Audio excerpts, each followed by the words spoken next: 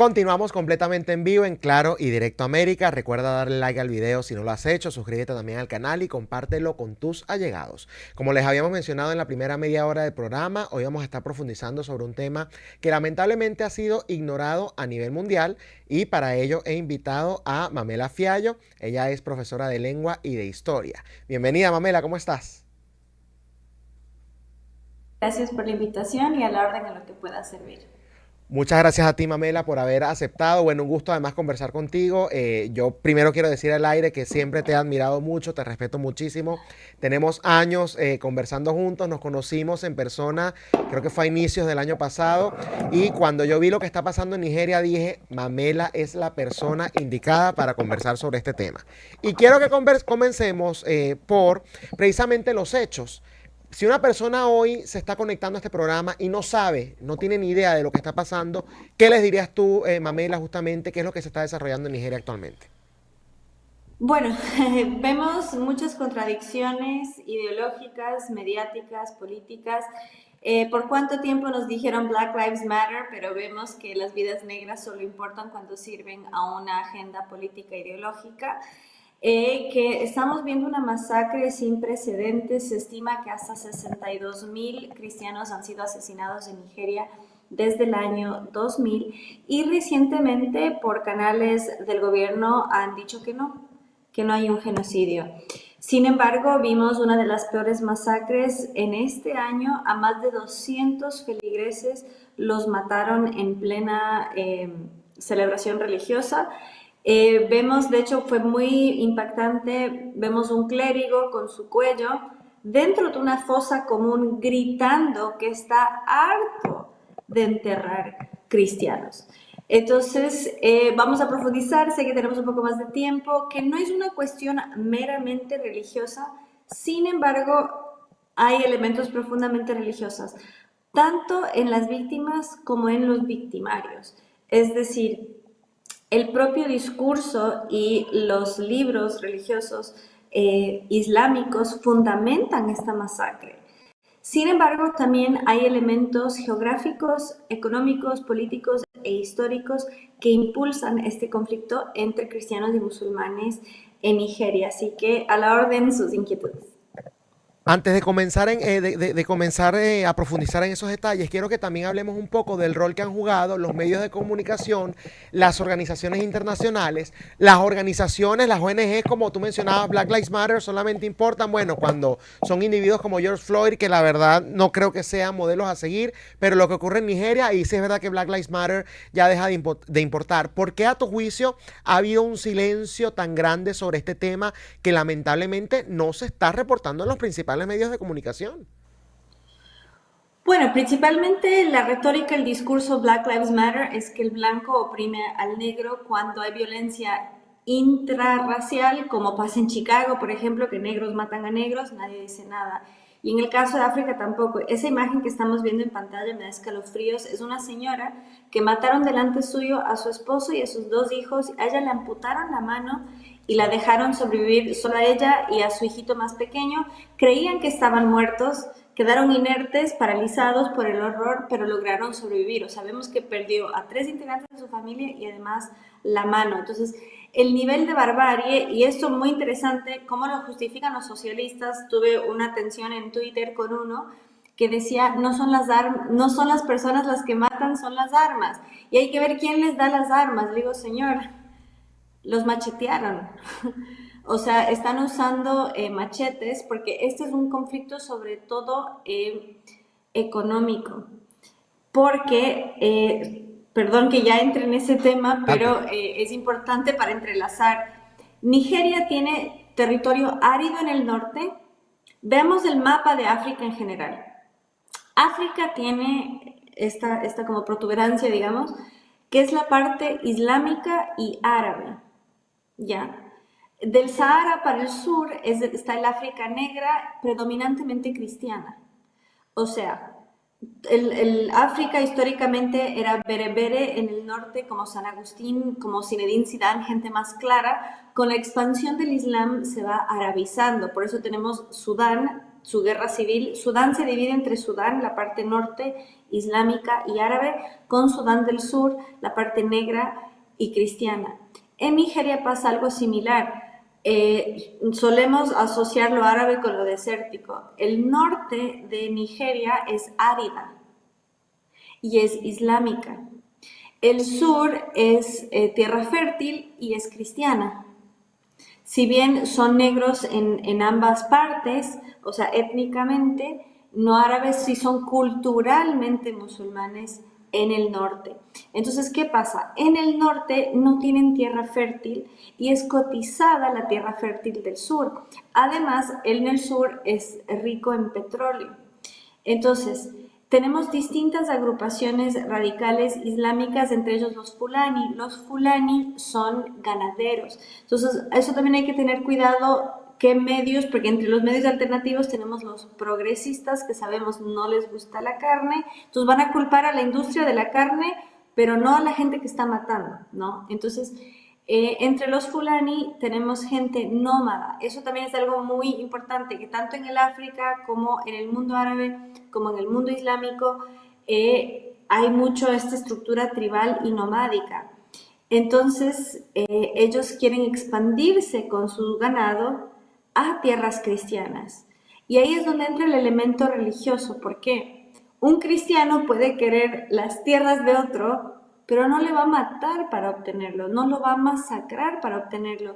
Y aquí estamos viendo incluso que están matando a niños pequeños e inocentes. Entonces, ahí es donde entra, y es muy curioso porque uno le puede preguntar a Grok, por ejemplo, a la inteligencia artificial, y van a decir que hay una distorsión en las lecturas del Corán. Sin embargo, en el Corán podemos encontrar una sura, en la Biblia tenemos versículos, en el Islam se tiene suras en el Corán y tenemos varios, pero un sura o una sura en particular que llama a la guerra contra los no musulmanes y apunta específicamente a judíos y cristianos porque tenemos en común que somos abrahámicos los tres.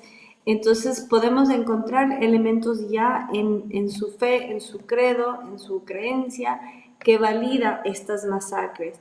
Ahora, la mayoría de los musulmanes no son así, no piensan así. Sin embargo, tenemos vertientes más radicales como son el wahabismo, el salafismo y dentro de lo que son los fulani, que son un grupo étnico religioso del norte de Nigeria, son yihadistas, es decir, creen en una guerra santa. ¿Ya? Entonces, para ellos es un acto de reivindicación expandir el califato islámico hacia los territorios cristianos. Y con esto paro esta parte.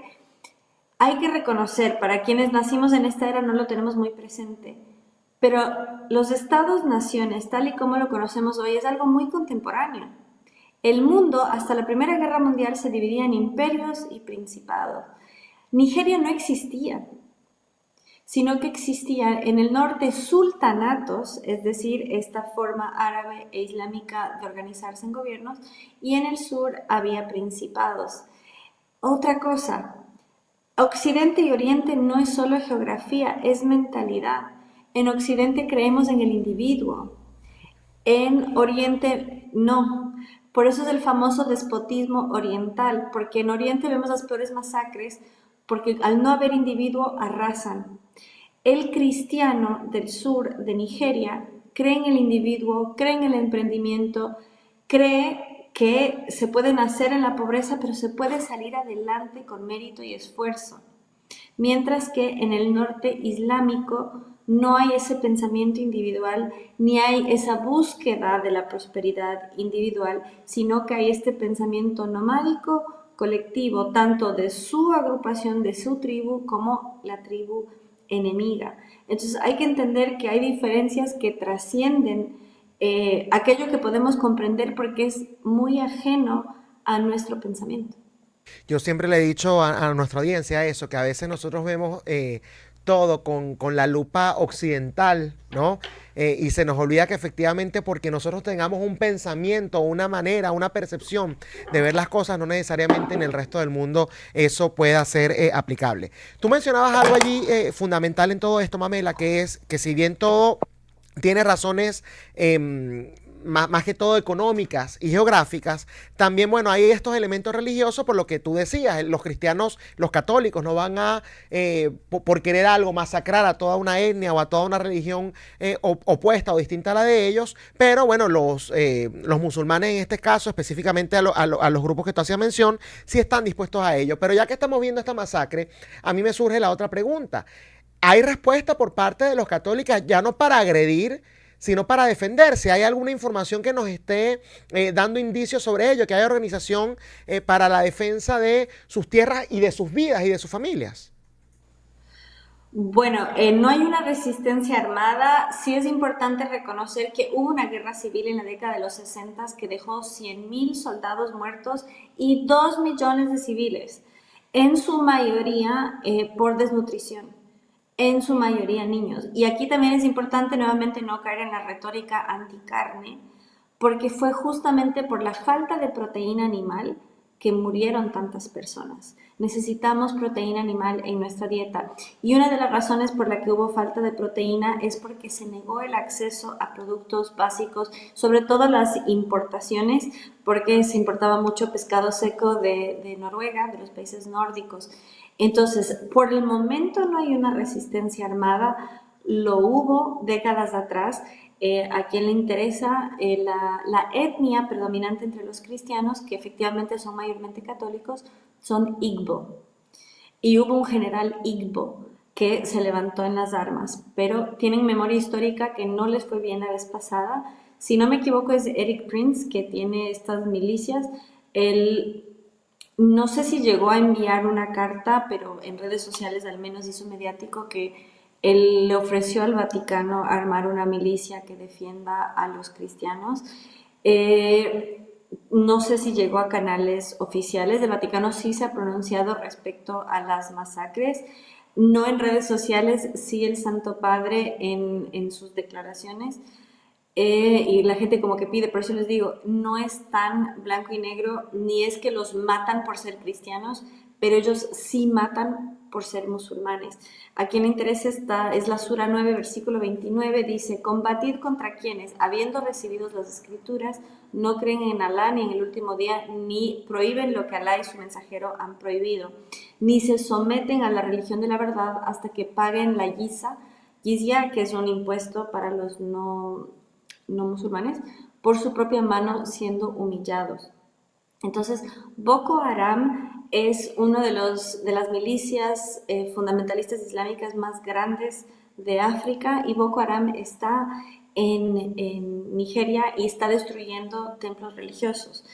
Y los Fulani, en cambio, son los que andan con machetes. Entonces, hay varias vertientes, pero estas son las principales que están avanzando sobre los cristianos en Nigeria. Ahí tú mencionabas que quizás en redes sociales, bueno, el Papa no se ha pronunciado, pero que se ha tenido algún tipo de reacción para quienes quizás no estén informados porque estamos precisamente en la época de redes sociales. ¿Qué es lo que ha dicho Mamela? ¿Cuál ha sido su reacción ante esto? Sí, en sus declaraciones desde el Vaticano en la plaza, cuando habla públicamente, sí ha lamentado la persecución contra los africanos o sea, contra los cristianos en África y la violencia que sufren. No ha habido mayor pronunciamiento en redes sociales, eso sí es cierto, y en la era digital. ¿Por qué no dice nada? ¿Por qué no dice nada? Bueno, sí, sí ha dicho. Pero como les digo, no es solamente religioso el conflicto. Y un dato muy curioso es que Nigeria tiene el seminario más grande del mundo, tiene 800 seminaristas, es decir, futuros sacerdotes, 600 de ellos diocesanos y 200 con órdenes religiosas. Entonces, la fe está más fuerte que nunca en Nigeria, porque como dijo, ay, se me quiere escapar el nombre, es uno de los sabios de los primeros años de la iglesia. La sangre de los mártires es semilla de nuevos cristianos. Entonces la fe en el África no se ha visto afectada en cuanto a que la gente tiene miedo, al contrario, porque Claro. están viendo a otros estar dispuestos a dar su vida por la fe. Entonces no hay indolencia por parte del Vaticano al respecto, sí se ha pronunciado el Papa, pero no tanto en redes sociales como quizás esperan otros, pero sí, sí en sus discursos públicos. Y ya que el conflicto es entonces más que todo económico y geográfico, como mencionabas, Mamela, ¿cuál ha sido la reacción de las autoridades de Nigeria? ¿Ellos están de un lado, están del otro, y sencillamente lo que hacen es apartarse, o hay un estado tan anárquico que al final no tienen ni siquiera capacidad de reacción? Sí se han pronunciado, de hecho, cuando Bill Maher, tiene su programa de televisión en Estados Unidos, él dijo, yo no soy cristiano, sin embargo, denuncio la masacre que está habiendo contra cristianos en Nigeria. Frente a esto, un oficial del gobierno nigeriano sacó una nota en Al Jazeera diciendo que no hay un genocidio, sino que justamente que la historia de Nigeria es muy compleja. Entonces, hay elementos de verdad en lo que dijo que no es meramente religioso, sin embargo, la mayoría de los muertos son cristianos.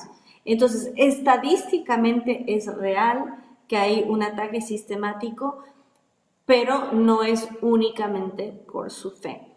También hay el elemento político, vi que hace un ratito estaban hablando del tema palestino-israelí, justamente lo que sostiene, porque Bill Mayer, como muchos otros referentes, quiere polarizar que aquí sí hay masacre, que aquí sí hay genocidio y no en Gaza, ¿ya?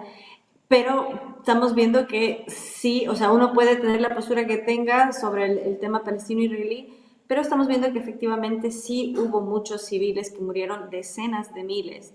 Entonces, uno puede nuevamente tener una opinión totalmente adversa a Hamas, pero sí está habiendo una matanza de civiles. Entonces, de ambos lados hay una polarización respecto a lo que ha pasado y hay un intento de demeritar lo que está pasando en el otro lugar. Entonces, ciertamente esta fue una publicación muy masiva. Sabemos que Al Jazeera también tiene un sesgo ideológico muy fuerte, pero que no fue un simple ciudadano el que publicó esta nota, sino que es un oficial del gobierno nigeriano diciendo que no hay un genocidio, pero de acuerdo a los tratados internacionales y las convenciones internacionales, sí es un genocidio por la magnitud, por lo dirigido que es. Sin embargo, no está pasando por parte de un Estado, por parte de un gobierno, sino por parte de milicias armadas y también por parte de esta tensión étnico-religiosa que hay. A mí lo que me llama la atención es eso, porque más allá de que no lo haga el Estado o que no lo haga un gobierno, es cómo se permite. Por mucho que este individuo del gobierno nigeriano diga, bueno, es que la situación es complicada, ok, la situación es complicada, pero que no estás en capacidad de reaccionar o es que tú estás avalando eso. Eso yo creo que son puntos, bueno, que quizás tendrían que explicar ellos más adelante. Otra cosa, Mamela, es cuando yo vi que había tanta desinformación respecto al caso de Nigeria, me cabe la pregunta, ¿no? Siempre hablamos de la Franja de Gaza, Palestina, Israel. Hay otros conflictos quizás similares a los cuales no les hemos estado prestando atención a nivel internacional. Porque, por ejemplo, en China, creo que hay unos campos de concentración en donde se abusan precisamente más que todo de musulmanes, ¿no? De minorías musulmanas que existen allí. Pero al mismo tiempo vemos entonces esto de Nigeria, que ok, tiene más implicaciones que lo religioso, pero la religión te invita a actuar de cierta manera, también es un elemento que hay que tomar en cuenta. Quizás hay algún otro conflicto, Mamela, que tú puedas conocer y que quieras denunciar el día de hoy, que esté pasando también en África, en otros países de Medio Oriente, que no conozcamos y que hayan sido ignorados por completo por los medios de comunicación tradicionales. No, y te agradezco un montón hablar de esto porque así como debemos tener la libertad de denunciar al islamismo radical y la violencia, sabemos que no ha habido peor genocidio como el perpetrado por el comunismo y efectivamente en la provincia china de Xinjiang, no sé qué tan buena es mi pronunciación en China, en chino, efectivamente ahí hay un conflicto que es tanto religioso como étnico, Uh -huh. porque China es inmensa y los uigur son una minoría étnico-religiosa porque ellos son de origen túrquico. Turquía es un estado-nación que tiene distintas etnias y los túrquicos son varios pueblos. Entonces, de esto efectivamente no se habla mucho. Entonces, nuevamente, uno puede estar en contra del islamismo radical y aún así estar en contra de que estén masacrando a musulmanes en China. Otros conflictos étnicos religiosos tenemos en Myanmar, que nuevamente nos venden como que los budistas son paz y amor, pero vemos que efectivamente en Myanmar están matando sistemáticamente a una minoría étnico-religiosa que también son musulmanes, y ahí habrán quienes dicen, bueno, es que los musulmanes hacen lío donde quiera que estén, de acuerdo, pero también hay quienes pueden arguir que el budismo no es tan paz y amor como nos lo dicen. Y bueno, dicho sea de paso, en China también hay una persecución contra los Falun Dafa, los Falun Gong, que también son de un camino budista, que es muy pacifista, y los persiguen porque tuvieron más adeptos en un año que el Partido Comunista y porque tienen un estilo de vida muy saludable, ellos sí comen carne, y porque, bueno, es un poco polémico que lo diga, y porque los acusaban de no haberse vacunado en la primera ola del coronavirus. Nosotros en Occidente vimos el SARS-2, en Asia tuvieron el SARS-1. Entonces, esto justificaba, no solo en China, y esto es muy importante para los amigos antisocialistas, en el Ecuador, la embajada de China se excusó la persecución contra ellos porque no se habían vacunado. Entonces, hay un ballet bellísimo que se llama Shenyun, que no se permite en países donde hay fuerte presencia china por la persecución ideológica. Entonces, no solo hay conflictos étnico-religiosos en otros lugares, sino que la influencia de otras potencias puede llegar a países soberanos como el nuestro, en Ecuador. En Argentina, no solo no permitieron en el Teatro Colón el Shenyun, sino que además han golpeado a ciudadanos argentinos que son Falun Gong cuando se han atrevido a protestar contra el régimen comunista chino. Entonces, me extiendo un poco más de saber los alcances de los tentáculos, de estas garras, de la privación de la libertad y la importancia de poder ejercer tu fe sin que seas perseguido y cómo es transversal. Sin embargo, estadísticamente, Open Doors es la organización que más profundiza en esto. Entre el 89 y 90% de quienes son asesinados por su fe son cristianos. Entonces nosotros debemos tener la libertad de defender que no sean asesinados civiles de otros credos y sin embargo siempre servir a la verdad y también saber que es la más perseguida porque es la fe verdadera y es la que más incomoda, sobre todo porque como decía el mártir Thomas Becket, que Trump le declaró su propio día, la desobediencia a la tiranía es la obediencia a Dios. El cristiano tiene claro en su fe que hay cosas que no debe estar dispuesto a hacer si va en contra de su fe. Y eso es una forma también de regular el poder del Estado, y Estados Unidos, que nace como una nación cristiana, tiene eso claro. En cambio, en el comunismo se suprime eso, y en regímenes autoritarios de otros credos, dicho sea de paso, en 2 estados nigerianos hay Sharia.